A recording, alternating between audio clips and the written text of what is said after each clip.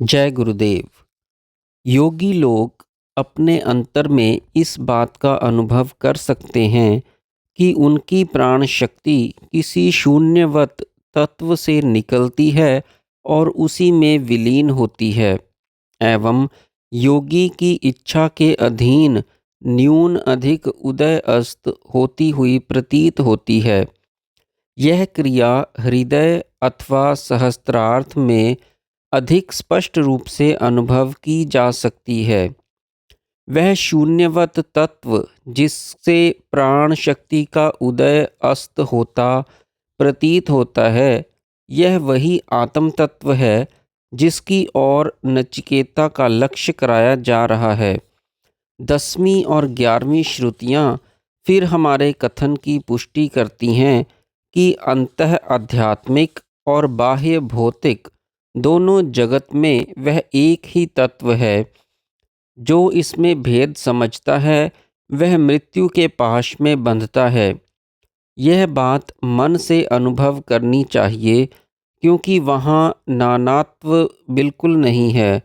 जो वहाँ नानात्व देखता है वही बार बार मृत्यु के मुख में पड़ता है। 12वीं और 13वीं श्रुतियों में अंगुष्ठ मात्र पुरुष का वर्णन है जो योगियों को अपने अंतर में दृष्टिगोचर होता है।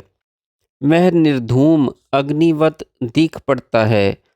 यमराज नचिकेता से कहते हैं कि यद्यपि उसके दर्शन क्षणिक हुआ करते हैं, परंतु जैसा वह अब देखने में आता है वैसा ही कल भी रहेगा, भले ही उसका दर्शन ना हो, अर्थात वह सदा रहता है। वह भूत भव्य का ज्ञान का स्वामी ईश्वर है।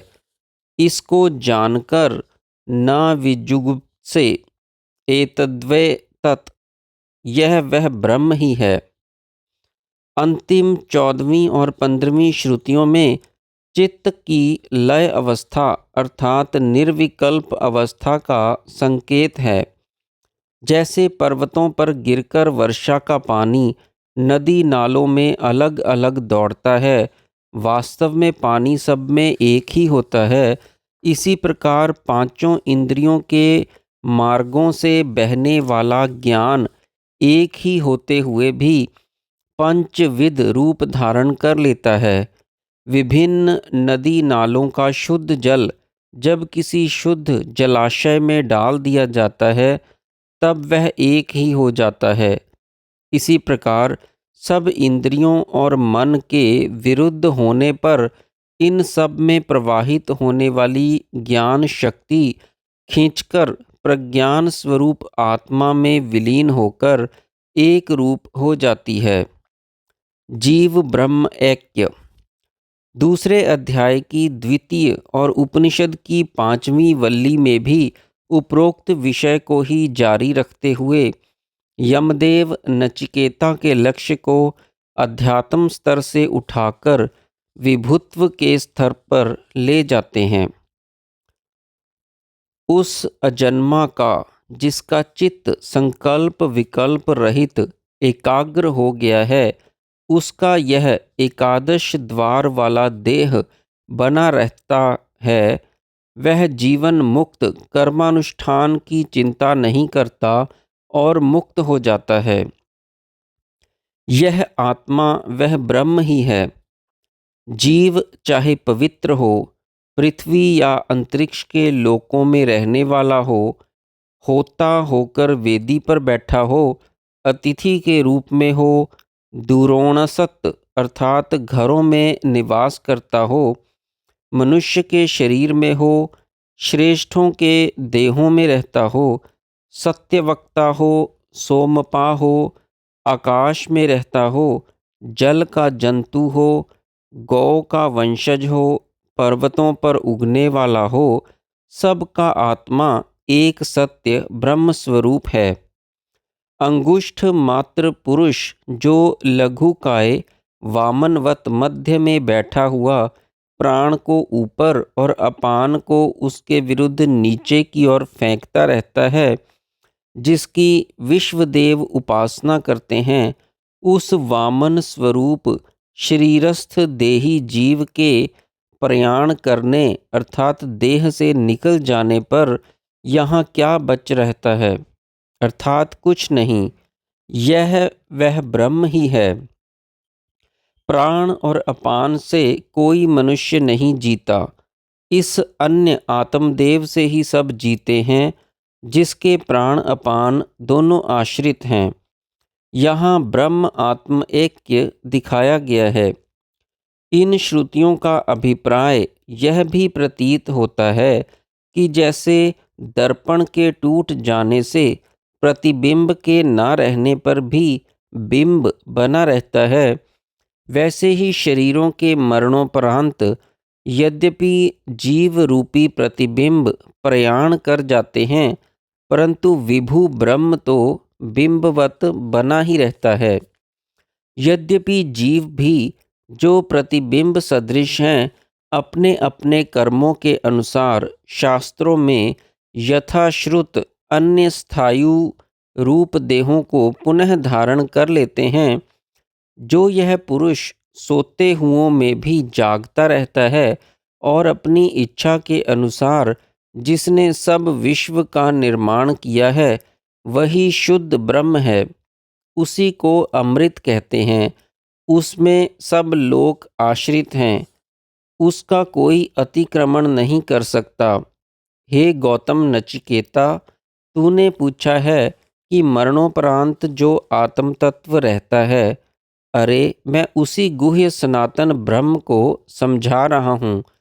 जैसे सारे भुवन में एक ही अग्नि व्याप्त है, परंतु प्रत्येक रूप के साथ उसी जैसी हो जाती है, उसी प्रकार सब प्राणियों की अंतरात्मा एक है, परंतु प्रत्येक रूप के योग से वह उस रूप वाला भी है और रूप से बाह्य भी है। जैसे सारे भुवन में एक ही वायु भरा हुआ है, परंतु प्रत्येक रूप में उसी के रूप जैसा हो जाता है, उसी प्रकार सब प्राणियों की अंतरात्मा एक ही है, परंतु प्रत्येक रूप के योग से उस रूप वाला भी है और उसके बाह्य भी है। जैसे सूर्य सौर लोक की चक्षु है, परंतु चक्षुओं के बाह्य दोषों से लिप्त नहीं होता, इसी प्रकार सब प्राणियों का अंतरात्मा एक ही है और वह लोगों के बाह्य दुखों से लिप्त नहीं होता। एक ही ईश्वर सब प्राणियों का अंतरात्मा है। वह अपने एक रूप को बहुधा बना लेता है। उसको जो बुद्धिमान मनुष्य अपने अंतर में स्थित देख लेते हैं, उन्हीं को शाश्वत सुख मिलता है, दूसरों को नहीं। वह नित्य जीवों का भी नित्य अंतरात्मा है, सब चेतनधारियों की चेतना है। वह एक ही अनेक जीवों की कामनाओं की पूर्ति करता है। जो बुद्धिमान उसे अपने अंतर में स्थित देख लेते हैं, उनको ही शाश्वत शांति मिलती है, दूसरों को नहीं।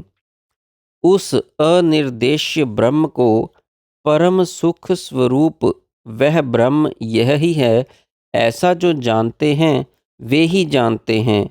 नहीं तो मैं कैसे बताऊं कि वह चमकता है या नहीं चमकता। जहाँ पर न सूर्य चमकता है, न चांद तारे और न ये बिजलियाँ ही चमकती हैं, अग्नि की तो वहाँ पहुँच ही कैसे हो सकती है। वह चमकता है तो उसके पीछे यह सब चमकते हैं और उसी की चमक से यह सब चमक रहे हैं। कठोपनिषद की इस अंतिम वल्ली में जो पहले कहा जा चुका है, उस सब का उपसंहार करने से पहले उसका सिंहावलोकन किया गया है। प्रथम श्रुति की 3 पंक्तियां हैं। प्रथम पंक्ति में दृश्य जगत का रूप दिखाया गया है और अन्य 2 में कारण ब्रह्म का उल्लेख है। यह जगत अश्वत्थ है, अर्थात नश्वर है, जिसकी कल तक भी स्थिति नहीं है, परंतु प्रवाह रूप से सनातन चला आ रहा है। इसकी जड़ ऊर्ध्व है, अर्थात जगत ब्रह्म से उत्पन्न होता है और इसकी शाखाएं अवाक हैं, अर्थात नीचे को फैली हुई हैं। पीपल के वृक्ष को भी अश्वत्थ कहते हैं। गीता के 15वें अध्याय में भी दृश्य जगत को अश्वत्थ से ही उपमा दी गई है। उसका आधार भी यही श्रुति जान पड़ती है। श्री भगवान ने 10वें अध्याय के 26वें श्लोक में अश्वत्थः सर्ववृक्षाणाम, अर्थात वृक्षों में अश्वत्थ को अपना ही रूप बताया है। इसलिए इस जगत को ब्रह्म के विराट स्थूल देहवत उसका ही रूप समझना चाहिए। उक्त उपमा का यही अभिप्राय दिखता है। अन्य दो पंक्तियों में तदैव पद से ब्रह्म ही ग्रहण करना चाहिए, जिसका प्रकरण पूर्ववल्लियों में ही चला आ रहा है। वह ब्रह्म शुक्र अर्थात शुद्ध है। उसी को अमर पद कहा जाता है, जिसमें सब लोक समाश्रित हैं और जिसका कोई अतिक्रमण नहीं कर सकता। वह वही आत्म तत्व है जिसके बारे में नचिकेता का प्रश्न था। यह नश्वर जगत शुक्र अमृत ब्रह्म से कैसे उत्पन्न होता है, यह दूसरी श्रुति में बताया गया है।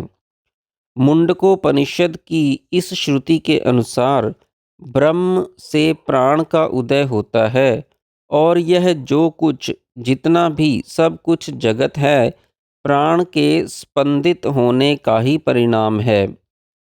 अथवा श्रुति के ही शब्दों में जब प्राण एजति प्राण स्पंदित होता है तब जगत निःसृतम कारण कार्य के नियमानुसार प्रवाहित होने लगता है, जिसके कारण यह जगत अपने नियमों का उल्लंघन नहीं करता। वह उस परमेश्वर का महान भय ही है जो वज्रवत सदा उद्यत रहता है। उस परमेश्वर को जानकर मनुष्य अमर हो जाते हैं। उसके भय से अग्नि तपता है, उसके भय से सूर्य तपता है, इंद्र वर्षा करता है, वायु एवं पांचवा मृत्यु भी अपने अपने कार्याभिमुख दौड़ते रहते हैं। यदि इस जीवन काल में यहाँ ही शरीर के छूटने से पहले उसको नहीं जान सके तो फिर सृष्टि के विभिन्न लोकों में शरीर धारण करके जन्म लेना पड़ेगा, क्योंकि इस भूलोक में तो उसके दर्शन अपने अंतर में इतने स्पष्ट रूप से होते हैं जैसे दर्पण में अपना प्रतिबिंब। परंतु यदि अन्य लोकों में पूछो तो उसके दर्शन पितृलोक में स्वप्नवत होते हैं और गंधर्व लोक में जैसे पानी में अस्थिर प्रतिबिंब दिखता है वैसे होते हैं। परंतु ब्रह्मलोक में अवश्य ही इतने स्पष्ट दर्शन होते हैं जैसे छाया और धूप। इसलिए ब्रह्मलोक की प्रतीक्षा ना करके यहाँ पर प्राप्त हुआ यह सुअवसर नहीं खोना चाहिए। ना जाने ब्रह्मलोक की प्राप्ति कितनी कष्ट साध्य है और कब हो। यह लोक तो मिला ही हुआ है, इसलिए यहीं यत्न करना चाहिए। जय गुरुदेव।